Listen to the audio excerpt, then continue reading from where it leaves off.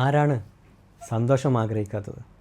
Rajasthan Royals നിന്ന് പുറത്തു വന്നിട്ടുള്ള എല്ലാ കളിക്കാരും വെച്ച് നോക്കുകയാണെങ്കിൽ വളരെ നന്നായിട്ട് ഇപ്പോഴും കളിക്കുന്ന ഒരു കളിക്കാരനേ ഉള്ളൂ.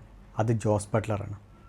രാജസ്ഥാൻ റോയൽസിൽ നിന്നിരുന്ന സമയത്ത് എത്രത്തോളം സ്ഥിരതയാർന്ന പ്രകടനം കാഴ്ചവെച്ചിട്ടുണ്ടോ അതേ പ്രകടനം തന്നെയാണ് ജോസ് ബട്ട്ലർ ഗുജറാത്ത് ടൈറ്റൻസിൽ വന്നപ്പോഴും കാണിക്കുന്നത്. 39 ബോളിൽ 73 റൺസ് എടുത്തിട്ട് നല്ല വെടിക്കെട്ട് ബാറ്റിംഗ് പ്രകടനം കാഴ്ചവെച്ച് ഗുജറാത്ത് ടൈറ്റൻസിനെ വിജയത്തിലേക്ക് ആനയിച്ചതിൽ മുഖ്യ പങ്കും വഹിച്ചത് ജോസ് ബട്ട്ലറാണ്. സായി സുദർശൻ ശരിക്കും ഓർത്തു വെക്കേണ്ട ഒരു പേര് തന്നെയാണ്. അത്യാവശ്യം നന്നായിട്ട് കളിച്ച് മുന്നോട്ട് പോകുന്ന ഒരു കളിക്കാരൻ തന്നെയാണ് സായി സുദർശൻ. ലിവിങ്സ്റ്റണിൻ്റെ അത്യാവശ്യം ഭേദപ്പെട്ട പ്രകടനം കൊണ്ടൊന്നും റോയൽ ചലഞ്ചേഴ്സ് ബാംഗ്ലൂരിനെ കരകയറ്റാൻ പറ്റിയിട്ടില്ല. ജിതേഷ് ശർമ്മ വളരെ നന്നായിട്ട് കളിച്ചിട്ടുണ്ട്.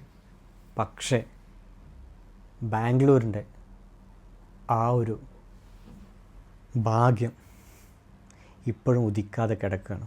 വളരെ കഷ്ടപ്പെട്ട് ബുദ്ധിമുട്ടിയിട്ടാണ് 8 വിക്കറ്റ് നഷ്ടത്തിൽ 169 റൺസിലേക്ക് ബാംഗ്ലൂർ റോയൽ ചലഞ്ചേഴ്സിന് എത്തിപ്പെടാൻ പറ്റിയത്.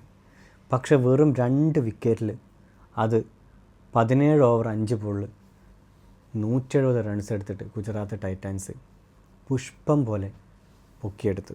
എപ്പോഴും നന്നായിട്ട് കളിക്കുന്ന ഫിൽ സാൾട്ട് വൻ പരാജയം.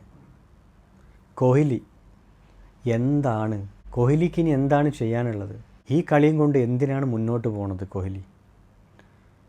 ഇനി എന്നാണ് കളിക്കാൻ പോകുന്നത്? ഏറ്റവും വിഷമമുള്ള കാര്യം ദേവദത്ത് പടിക്കൽ മലയാളി എന്ന നിലയിൽ ഗ്രീസിലേക്ക് ഇറങ്ങുമ്പോൾ നെഞ്ചിങ്ങനെ പടപട ഇടിക്കുകയാണ്. ദേവദത്ത് കളിക്കണം.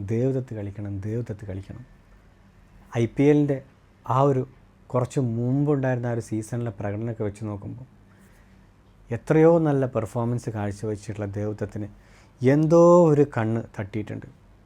ആരുടെയോ ഒരു പ്രാക്ക് കൊണ്ടിട്ടുണ്ട്. പാവം വളരെ കഷ്ടപ്പെടുന്നുണ്ട് മുന്നോട്ട് പോകാൻ വേണ്ടിയിട്ട്. ഈ കണക്കിന് പോവുകയാണെങ്കിൽ ദേവദത്ത് ഇനി ആഭ്യന്തര ക്രിക്കറ്റിലുണ്ടാകുമോ, ഇനി IPLൽ അടുത്ത വർഷം ഉണ്ടാകുമോ എന്നുള്ളതൊക്കെ വളരെ സംശയമാണ്.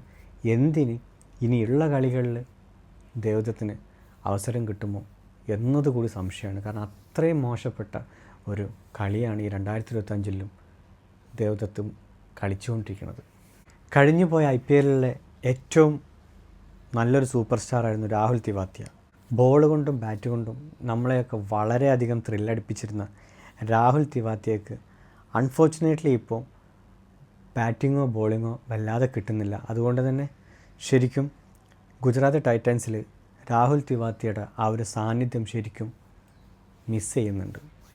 എന്തായാലും മുഹമ്മദ് സിറാജിൻ്റെ അത്യുഗ്രൻ ബോളിംഗ് ശരിക്കും റോയൽ ചലഞ്ചേഴ്സ് ബാംഗ്ലൂരിൻ്റെ നടുവിനിട്ടൊരു കൊട്ടായി മാറിയിരിക്കുകയാണ്.